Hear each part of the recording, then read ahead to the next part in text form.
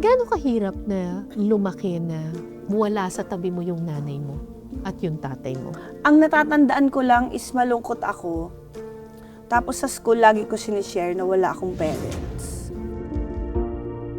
Hindi kasi ako lumaki sa masayang environment. Meron kasing verbal abuse, merong physical abuse. Hindi ko alam kung alam ng iba kong relatives. Naranasan ko din yung sexual abuse. Ilang taon ka nun? Grade 3. Nag-sorry sa akin, 13 na yata ako. Tapos doon ko na-realize, totoo siyang nangyari.